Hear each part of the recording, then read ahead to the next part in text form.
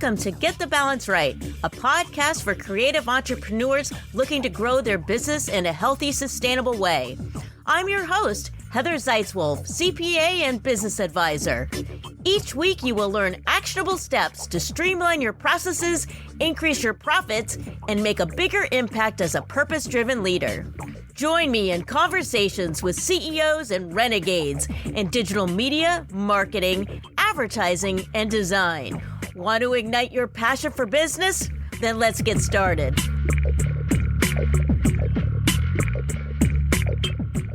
Hello and welcome to another episode of Get the Balance Right podcast. I am your host, Heather Zeitzwolf. On today's show, we are talking about business ethics and building a company based around the impact it can have on society and the environment. To discuss this important topic, I am joined by Kayleigh, who is one of the founders of Kakadu Creative, a design and marketing agency located in England. Ethics is at the forefront of everything Kayleigh and her company provides, not only for their clients, but for their local community. Whether it's offering green hosting, cleaning up trash in their neighborhood, or being vegan, their commitment to ethics has become the roadmap for their business. This episode is being released just in time for Earth Day 2021, which seems fitting. As business owners, we have the opportunity to make an impact on the planet. Unfortunately, many companies choose to destroy it instead, such as Monsanto, Dow Chemical, Exxon, and fast food giants such as KFC and McDonald's. With Earth Day upon us, it's a great time to reflect on climate change. Climate change is directly linked to humanity's abuse of the planet through greenhouse gases, mainly the result of burning fossil fuels, clearing forest, and the agricultural industry based on meat consumption. To slow down the effects of global warming, we must reduce our greenhouse gas emissions. I'm sure that you've heard this before. Riding a bike rather than driving is, of course, an option.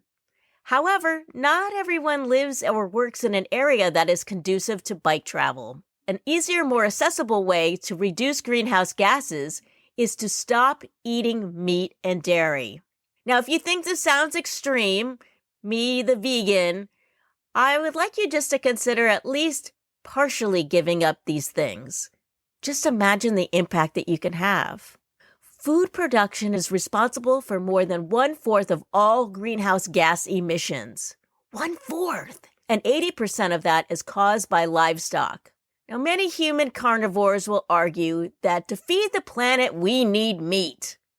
However, to produce only 1 pound of beef, cattle must be fed 16 pounds of grains or soy. Think of how many people you could feed with 16 pounds of grains. That same pound of beef additionally requires 1,799 gallons of water. Gallons of water. Then there's all the poop. Yes, the poop. Ugh. Animals bred for food production, such as meat, dairy, and eggs, generate 1.4 billion tons of waste per year. That's a lot of poop. Most of that poop is left untreated. It contains pathogens and has been known to contaminate food and water supplies. That's yummy. Ugh. Thankfully, beef consumption has been declining. For those of you out there that are seafood junkies, well, I've got some bad news for you as well. Interesting fact, shrimp farming requires more energy than the production of chicken or beef. Plus, overfishing has upset the balance in the ocean's ecosystem, causing an increase in carbon dioxide production. Man, oh man, we humans have really screwed up this planet. But you know what? Each of us can choose. We can either increase the destruction, or we can take steps in our lives and in our business to change the trajectory of Mother Earth's future. The simple act of changing our diet by replacing out meat for plant-based foods can have a monumental impact. As an entrepreneur, hopefully your business is thriving. As such, you have the luxury of being able to make the food choices you want to make. Unfortunately, food insecurity and lack of access to healthy options is a tragic reality for many across the globe, and this pandemic has made it worse. In the U.S., 26 million people now say they do not have enough food to eat. And here's another sad thing. Lower-income neighborhoods sometimes lack grocery stores. Yet the cheap and unhealthy options seem to prevail through places like KFC and McDonald's. These meat-centric, unhealthy food giants are not just killing people, they are also killing the planet, all in the name of profit. Now that is downright disgusting, and as a business owner, I'm sure you don't want to participate in that. Now you might be thinking, okay, Heather, yeah, that is all terrible, but what can I do about it? I'm so glad that you asked. This show is chock full of inspirational ways you can utilize your business to help the environment. It goes beyond the typical ways such as recycling, refraining from one-use plastic, and going paperless. Those are all really important action steps, but Kakadu Creative is taking it further, and so can you in your business. For further inspiration, you can check out episode 35, where I talked to Lucy Johnson from the digital agency Shido, where we discuss defining your brand through mission and values. And in episode 27 with photographer Bree McCool, where we discussed embracing the triple bottom line. Triple bottom line is planet, people, and profit. In that episode, we talk about real-life examples of ways companies are making a difference for the planet. Then there was episode 30, which was all about earth-friendly, actionable steps you can take in your business and how this can relate to marketing. My guest for that episode was Maria and Andres from the digital agency Greenmo, where we discussed utilizing green marketing to promote sustainability. I will have links to all three of these episodes in the show notes. All right, are you ready to be inspired to help the planet? I hope so. Here is my conversation with Kayleigh of Kakadu Creative. Kayleigh Nicolaou, welcome to Get the Balance Right podcast. Thank you. Great to be here. So for the people in the audience who don't know you, can you explain a little bit about yourself and your company? I'm Kayleigh, obviously, and I jointly run a full-service design agency called Kakadu Creative with my business partner and my life partner, Lee. We set ourselves up to be an ethical, sustainable, vegan, cruelty-free design agency with a mission to support other businesses with the same ethos. Okay, and now I've got to ask you about this name of your company, Kakadu Creative. What does that mean? Where'd you get this name from? It hails from Kakadu National Park in Australia in the Northern Territory. When we were coming up with a name, we wanted something that connects to what we do as a service. And so we were coming up with all different things. And I'd come home from work and be like, I've thought of this. And Lee would veto it. And Lee would come home and be like, I've thought of this. And I'd veto it. And then I was looking into like the first form of visual communication. Where did it all come from? And it's cave paintings. That was the first example of us communicating and storytelling and essentially advertising to each other through drawings, through visual graphics. And there were three places. There was one in France, there was Kakadu National Park in Australia, and there's someone else, and I always forget where it is, that have got the oldest examples of cave paintings. There were the three names, and the other two were awful. I said Kakadu, and I suggested it, and Lee didn't veto it. So it was like, oh my God, I think we found the name. The whole ethos is that it's connecting the very, very first forms of visual communication to what we do now, which is graphic design and visual design. That's where it came from. That's great. You live in England, right? Are you Australian or? No, I live in England. We did make a pilgrimage to Australia, obviously, to go to Kakadu National Park. Had to be done. But no, we're in the Midlands in England. We're going to dive into all kinds of things about your company. Let's just first back up. Kayleigh, what is your professional background? I come from an advertising sales background. I fell into the role. I grew up in London and then moved up to the Midlands with the intention of only being here for 6 months. And it's now about 14 years later and I've not gone back. I just fell into a job at a pub and my friend was working at the local newspaper. There was a job for selling advertising to local car dealers. And I went for it. And I don't know how I did it, but I got the job. I clearly was a natural born salesperson, I guess, and just fell into the role and really enjoyed it, really loved being out every day, meeting new people and talking to new people, and just found that I had a knack for it. Just loved being around people and connecting with people and understanding their business and understanding what they were trying to achieve and finding ways to help them to hit their goals. So I slowly progressed within that company, but I got to a bit of a ceiling. The company was quite small, so I moved to a company called Bauer Media.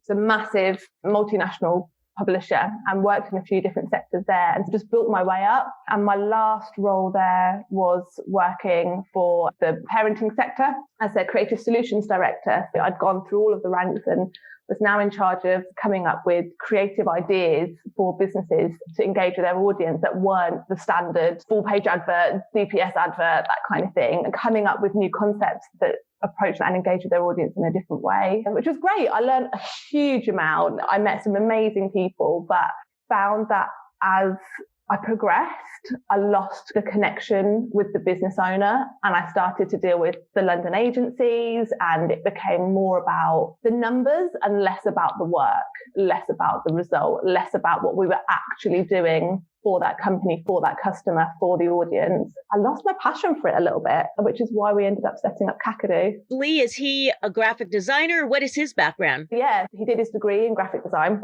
And then he actually joined Bauer. I got him in through the back door, had a contact. He came in, and initially it was just meant to be 6 weeks. He was just doing it around his degree. They just loved what he did. So they said, can you stay on? Can we work around your final year and your degree? We'd really love to keep you. He started in the advertising design department, honed his craft there. Then that developed into helping the marketing teams with their design, and a role came up in the motorcycling department for the editorial design division. Yeah, he worked his way through the ranks there and ended up as the art director for the world's biggest classic motorcycling publication, in charge of cover design, briefing photographers, designing all of the pages inside. So between us, we've grown really well. We've built really strong careers in really complementary skill sets. He had all of these amazing design skills, and I'd have guys that had been working in the company for years coming up to me saying, oh my God, Lee just did this for me the other day. I don't know how he does it. He just has got this vision and can just translate it into the page. And I'd obviously built all of these skills up of customer management and project management, but we were working in a big corporate environment. And like I said, had lost some of the passion, and we talked about, okay, what do we do from here? Our skills really complemented each other. Lee doesn't want to do the sales and the project management. I don't have the design skills. The two of us, it works really well. When you started this business, did you start thinking, I just want to work with vegans? When did that come about? That was actually realistically quite recent. That was COVID, amazingly. I know it's been really hard for a lot of people, and it was hard for us at the beginning. But it gave us a real opportunity to stop and look at the business and look at the direction it was going in. We were in a really strong position in that we hadn't done any marketing since we set the business up. It would all been repeat business and referrals. But because of that, we weren't in control of who we were working with. So we were working with really great companies, small to medium-sized businesses, working directly with the business owners, understanding the passion, getting back to that, really being able to make an impact for a company and really push them forward.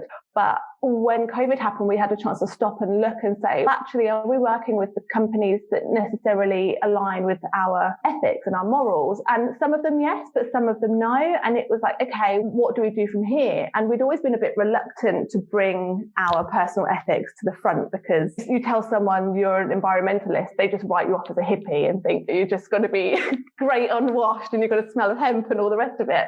So we were reluctant initially to put that at the front of our business, but we sat back and thought, you know what? No, we need to put this at the front. This is what's true to us. This is what we believe in. And we want to help businesses in the vegan, sustainable, ethical sector to grow too. That's got to be the future. And we want to be a part of that. Yeah, it was only 8 months ago that we actually changed our marketing and our messaging to reflect our personal beliefs. And it's really empowering. I love it. Absolutely love it. It's the best decision we've made. Okay, so you're niching with vegans and companies that have environmental practices that align with yours. Is there a niche within that niche? No, we've not wanted to go too deep, because we're also really conscious that there will be businesses out there who aren't necessarily fully in. They've not gone, we're completely vegan or we're completely ethical, we're completely sustainable, but they want to get there and they want to go in that direction. And we want to help them get to that position. No, we've not cut ourselves off and said, that's it, we're just working with people who are already at the end goal. No, we want to be part of that journey. We want to take someone to the point where this year maybe they were a really dirty company and really polluting. And in 12, 24, 36 months time, they're exactly where we'd love them to be. Great. Yeah, because you're helping them with their marketing. So that's the best way for them to put all that out into the world. On your website, you talk about trees that you plant. Can you talk about that a little bit? I know that's part of your environmental practices, but what is it exactly that you're doing with trees? It's something that's connected to our green hosting service. Internet usage is something that's become so entwined in our lives. Right now, we're using the internet to make this podcast, and it's become something that seems quite innocent and quite innocuous, but actually it's really polluting. You look at the figures, and in 2019, the global internet usage was estimated to emit the same amount of greenhouse gas emissions as the world's aviation industry. You sit back and you would never connect those two things together. But actually, when you think about the fact that if you send an email, it can emit between 0.02 and 0.5 grams of carbon into the atmosphere, which doesn't sound a lot. But when you consider how many emails you'll send every day, I send every day, and then you extrapolate that across the billions of people that are using the internet and sending emails every single day, it adds up to a huge amount. And that's not even talking about the website pages that you're visiting or the social media that you're browsing or the Netflix that you're streaming. All of that adds up. We thought, how can we be a driver for change in that? How can we influence that? And one of the things that we can do as a business is our green hostings. When websites are built with us and they're hosted on our hosting plans, that our secure data centers are run on 100% renewable energy, which we were like, okay, that's great, all good, but we can do more. What else can we do? And so we plant trees every month through our partnership with Tree Nation. For every website that's hosted with us, not only are they carbon neutral through the energy usage, but they're actually carbon negative through the trees that we add into the mix as well. That is amazing. I want to unpack some of that. When we are using the internet, how exactly are we contributing to this carbon footprint? Is it through the energy that we're using that is just not clean energy? Pretty much, yeah. If you think about it, us here, we've swapped our utility providers so that our utilities that we use within the business here are 100% renewable. But we don't control the data centers that are powering the websites that we're visiting and all the rest of it. When you're storing things on the cloud, that's all stored in these remote data centers. People have this idyllic view that if things are in the cloud, that's fine. They're very innocuous, very innocent, but those things still need to be stored somewhere, and they're stored on massive servers and massive data centers, which are essentially industrial complexes full of these big industrial servers running at max power to deliver max response and max results for the user. That in itself takes a huge amount of power, but that also generates a huge amount of heat. And these servers need to be kept cool. So all of these data centers have climate control systems, which then obviously control the temperature. So it's just massive energy usage. So green hosting's one thing that we can influence and help stop that. I've never heard of that term before. Is that something that you guys came up with, or is this something that is catching on? Green hosting? No, sadly, we didn't create that. There were others out there before us, and it's been relatively fringe for a while, but it is starting to pick up traction and it is starting to become something that people are more aware of. But it's still, I've talked about carbon emissions from the internet usage to quite a few people over the last few weeks, and they all have the same reaction as you, as like, what? Really? It never even occurred to people. So whilst the green hosting service is taking off, it's still not mainstream. Luckily, Google, Bing, Facebook, and Amazon, all of their data centers and their power is all renewable, but there's still a lot of companies out there that aren't. People are moving in that direction, but there's still a lot to be done. That's good to know. Hey there, this is Heather. I hope you're enjoying the podcast. And if you are, if you wouldn't mind, please hit the subscribe button now. That way you'll never miss an episode. All right, now back to the podcast. Besides the trees, you have a lot of ethical practices that you're doing in your business. You're doing a lot of interesting things. Do you do anything with your staff to get them involved with either volunteer work or ethical practices or anything like that? We don't have official staff. We work with subcontractors and freelancers. And that was a decision we made ethically for our customers. We never wanted to be a jack of all trades. We didn't want to be in a position where we had someone that we employed on a full-time basis that was a specialist in one thing. But if a project came in that didn't need that speciality and needed something else that employee could kind of do, we didn't want to be in a position where we said, we need to use that person, because we need to get this project out the door and we're already paying them. Ethically for the customer, we've made a conscious decision to say, whenever a project comes in that isn't within my specialities or Lee's specialities, we work with someone who has that speciality. And we've got a great guy called Paul, who's a brilliant front-end web developer. We've got Jamie, who's a great copywriter. Rich is amazing with video. We've got a few photographers that we work with. We've partnered with a really great SEO company as well. And it's great because you get to work with people who have real passion for what they do and know it inside out. And I learn so much every time I speak to them. And it means that the customer's project isn't compromised. They always get the best result at the end. We try and work from a supplier perspective. We try and work with people that, again, are in line with our ethics, whether that's environmentally or in regards to cruelty-free and veganism, how they treat their own staff as well. One of the reasons why we connected was because you're vegan. Can you explain a little bit about your vegan journey? Yeah, of course. I think probably a lot of vegans will relate to this when I say I always said I would never be vegan. It was never something that I thought I would ever get to this point. I remember sitting at Bauer before with colleagues and having a conversation. Oh my God, I couldn't even be vegetarian. I don't eat vegetables. I don't eat fruit. I'd die. There's nothing I'd eat. And it all started when my mum got breast cancer. It meant that I started to look at, okay, what are my risks? How can I reduce my risk? What are the factors that will increase my chances of getting breast cancer myself? And I looked into all of these different things. And it was at the same time that a report came out that said that red meat and processed meat were linked to carcinogenics. That was it. They've proven that they cause cancer in some way, shape or other.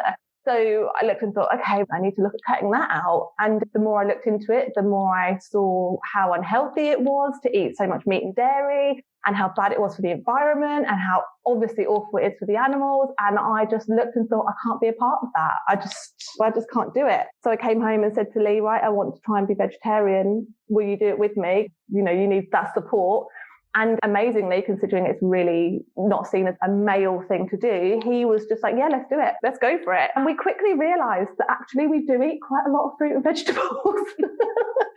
He was vegetarian for about 3 or so years and then slowly transitioned to veganism. It was just like the final things, like the chocolate was something that I struggled to find an alternative for. And the ice cream was something I struggled to find an alternative for. Yeah, that's changed now. We've got loads of options here. So there's no excuse. No excuse. Here in America, we have cashew ice cream, coconut ice cream. There's even a company that makes their ice cream out of avocados. Let's back up to your business again, because I do want to talk more about your ethical practices. You're one of these companies that is actually walking the talk. But other companies out there, I guess they call it greenwashing, or they put this out there that they're doing great things, but then you question, like, I don't really think that this is possible. What are the things that you're doing that you feel like other companies are probably not doing as far as ethical practices? It's a tough one because realistically, being an ethical business is massive. It's not just one thing that makes you ethical. But I agree, there is so much greenwashing out there. There's an advert at the moment that's doing the rounds on TV here for Amazon. I think it's the head of operations, and they've got a video of him litter picking on a beach in front of wind turbines. And I just watched it and it just made me really angry because I was just like, I just saw through it. Amazon is not an ethical and sustainable company. Its whole model is built on mass consumerism and disposable culture. So greenwashing, I'm not going to go down that path, but it just makes me so angry. And I think if you want to be an ethical company, you need to believe in it. It's got to be genuine. There are some real simple things you can do, like running your business on 100% renewable energy. We switched our energy a while back to a company here called Green Energy UK. Most companies nowadays have a 100% renewable electricity service, but a lot of them don't have 100% green gas. They'll do carbon offsets. Whereas Green Energy UK, it's all green gas, it's biogas. So instead of them burning dirty gas and then offsetting it with carbon credits, their whole gas at the beginning is completely green. That's one really simple thing, is just changing your energy provider. Energy is a massive thing, just change that. Also paying your staff a living salary, not the minimum wage. Pay them a proper salary. They can afford to look after their family and look after their health, eat better, take the stress away, not get into debt. Volunteering, we volunteer our time. We donate a portion of our profits to charity every month. But we're also conscious that sometimes you just need a bit of muscle. You need someone to come and physically get their hands dirty or move stuff or give their time. And so we volunteer as well. And that's a really simple thing to do. And really powerful. It's really invigorating and rewarding to get out into your local community and just give back and engage with people and have a positive impact. There's some really simple things that anyone can do. I'm huge into volunteering. I volunteer quite a bit, and I encourage other people to do the same. What are some of the organizations that you volunteer with? Well, I set up a local litter picking group here about, 4 years ago now. I got sick of walking around town and moaning about the litter, and I thought, okay, moaning about it, I'm going to physically do something about it. So set up a group, and that's a really nice one because even with COVID, you can go out on your own and litter pick. There's no issue there. We've got a local mental health charity, which have recently given a plot to create a community garden. We've been there recently to help them plant a new hedge, and I'm actually going to be back there on Sunday to help them with some planting of bulbs ready for next year. There's a wildlife sanctuary in the city nearby here, so I've gone over and helped them with some planting and bits and bobs. I like to get out and get my hands dirty. I like to get physical. I spend so much time behind the desk that when I volunteer, I want to move my body and do something outdoors. It's generally outdoor local charities that I work with. That's great. You're getting some exercise and you're volunteering, doing things for the community. That's awesome. With picking up the litter, if someone wanted to jumpstart one of those in their own neighborhood, what do you suggest? Is it you just take a bag and you start walking around and picking things up? How did you start doing this? The way I started the sort of official group was that I put out a post on a local Facebook group and just said, I want to start a litter picking group. Would anyone be interested in getting involved? And had quite a few people respond and say, yes, I'd love to. And then it was a case of, right, okay, we need equipment. So I contacted our local council and they lent us equipment for the first pick, which was great. So they lent us high-vis vests and hoops and pickers. And then they gave us a load of bags as well. So the local council got involved as well and helped to support it. And because the first one went so well, it was like, okay, let's set ourselves up so that we don't have to rely on the council to go and collect and pick up the equipment. Spoke to some local businesses near here and we got funding to buy our own equipment, had all of our high-vis vests branded up, created a Facebook page, and it's just grown from there. I think it's at about 300 volunteers now. Whenever we go out, there's normally 10 to 15, but people will quite often post and say, oh, I'm off doing this. I've cleared this area today. And it's just empowered people to tackle the litter problem. And town's definitely cleaner. It's really made an impact. It's great. Do you target certain areas? How do you choose the areas that you're going to pick litter?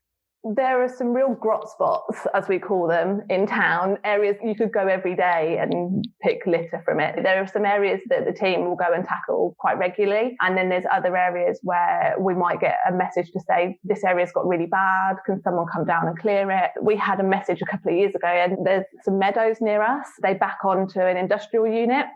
It was clear when we got down there that for years, the plastic wrap and all of the packaging and everything from the industrial units had been blowing into these woodlands along the edge of the meadows. And it was just covered in rubbish. It took us, I think it was 3 weekends. It was easily 100 bags of litter. We cleared the whole thing. And when you first walked along it, it was just white with plastic.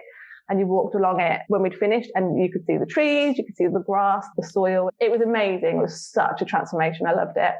What do you do with the garbage? Do you have any kind of relationship with any of the dumps, or you can't bring all that stuff home and put it in your own garbage cans? No, we've got a really great guy called Neil he's got his van and it's all sign written with the litter picking group on it. We leave the bags in certain areas. He just goes along and collects them all. And then we've got an agreement with the council where we can take them to a local car park where there's some refuse bins and then they come and collect it from there. We work in conjunction with the local council to get the bags cleared. But yeah, there's too much to put in my bin. I couldn't get it all in there. This is amazing. I would imagine that the dump fees, if they didn't cover that, I know here in America, the dump fees can get quite high. How did you get the funds for getting all of the equipment and all that? Did you just have fundraisers? Do people donate to you on a regular basis? The first lot of equipment, we contacted 4 companies and all 4 came back and said, yes, what do you need? Let us help you. A couple of them wanted their logos on our high-vis vest. It was a bit of sponsorship for them as well. But that was fine. It wasn't an issue. And then once the group was established, we periodically get messages from people saying, what do you need anything? Can I get anything? Once the community saw the group in action and saw the results, they wanted to support it. Once you've got the initial kit, once you've got the grabbers and the hoops, you don't really need anything more than that. And the council give us the bag free, so we don't have to buy bags. It's quite a low-cost method, low-cost activity, really. It's an easy one to set up for anyone. Wow. And you're giving back to the community as well. People that live near beaches, they could do something similar for the beach, which it's just horrifying how the beaches are now. Let's get back to, I want to ask you a little bit more about marketing and advertising. What are some of the services that you provide with your business? We're full service. The whole ethos for us is we want to become a company's outsourced design team. We really understand the fact that as a business grows, they get to a point where they need regular design support, but they don't need someone in-house because they just don't have that level of work. But they need someone that they can trust, that understands their business, understands their messaging, their brand, and can keep everything consistent. That's where we step in. We started with one company. We started just doing their website hosting. And then that quickly evolved into redesigning all of their social media graphics. And then we do their email newsletters for them. We designed a whole new e-commerce site for them. We're about to redesign their brochures, their seasonal brochures. We did all their COVID materials. And that's where we thrive. We really love getting involved with a company and helping them with all of their elements, because the biggest thing with a business is keeping your brand consistent. The more consistent your brand, the more consistent your message, the easier it is for you to build recognition with your audience. And the more recognition you have with your audience, the more likely they are to remember you over your competitor, and the more likely they are to come back to you for your services. Anything creative, we step in and can help a business with all of it. Your work is phenomenal. I went to your website and I was like, oh, wow, it's really good. What are you seeing outside of your own company? How are you seeing businesses having ethical practices? There's a really great example of one here called Riverford Organic Farm. And as the name suggests, it's produce, but their whole ethos is that it's organic. And they're really keen on pushing the seasonal message. So one of the things in modern day society is that we want every type of food at all times of the year. And actually, that's really unsustainable. If you live like that, you're having to have stuff shipped in, air freighted in. They champion seasonal eating and eating locally. And they don't use any chemicals. Obviously, being an organic company, their whole ethos is that they don't use any chemicals. And I actually went on one of their farm walks to take you around and show you how it works. It was amazing because they don't use chemicals or pesticides or fertilizer or anything like that. But they still obviously need to manage pests. There was a study that found that predators that live in hedgerows will go up to 100 meters out away from their hedgerow to hunt for insects and pests, etc. And then they'll come back to the hedgerow. So if you have a field that's no more than 200 meters wide and you've got a hedgerow around all four sides, you've got natural pest control from the animals and the birds and everything that lives in the hedgerows. They then pest control on the fields, which was amazing. Such a simple strategy. They categorically will never air freight anything in, even if it means it's cheaper, or they just will not do it. It's really great as well because the produce is delivered in boxes and they encourage you to return the boxes because they will keep reusing them. So you leave them outside your front door, and when your next delivery is dropped off, the delivery driver takes the boxes away and they get reused again. They practice what they preach. They've gone out and they've been certified to prove that they are ethical and they're doing it that way. But from a smaller scale, we know a virtual PA company that's local to us. And I really love what they do in that their team and their employees are central to everything they do, to the point of when they recruit, it's a team recruitment and the team decide whether that person comes in or not the manager. The team will interview and then they will decide, do we like them? Do we want to work with them? Yes, no. So they're all involved. They're part of every decision that's made. And they also profit share as well. The employees are fully invested in the success of that business. That's just some really cool ways to do it and to keep your employees and the environment at the forefront of what you're doing. Now, you're doing a variety of things that are absolutely wonderful. If a company wanted to start doing something sort of small scale, do you have any suggestions of what they can do? I know you mentioned volunteering. What are some things a company like, if they're like, man, we need to start somewhere, but we're not really sure where to start? What would you suggest? Suggest probably deciding on what you want to focus on first, because you can come at ethics from a people perspective, an animal perspective, and a planet perspective. If you were to try and tackle all three at once, it's a lot to get your head around. So decide what's most important to you first. Is it that you want to look after your staff and the people that are in your supply chain? In that case, like I said earlier, pay a living wage, make sure they've got good benefits, give them flexible working hours if they need it, support the people that are part of your business. If it's an animal perspective, can you take any animal exploitation out of your business? Are there areas where maybe you use leather in a product, and actually there are so many vegan leather alternatives now? Can you look at swapping that out and bring in a cruelty-free option? Is it even down to your printing that people don't realize that when you have stuff printed, there can be animal products in the inks, there's animal products in the glue. Maybe you look at finding suppliers. If you do a lot of printing, can you find cruelty-free vegan print suppliers? From a planet perspective, can you switch your energy to 100% green gas and green electricity?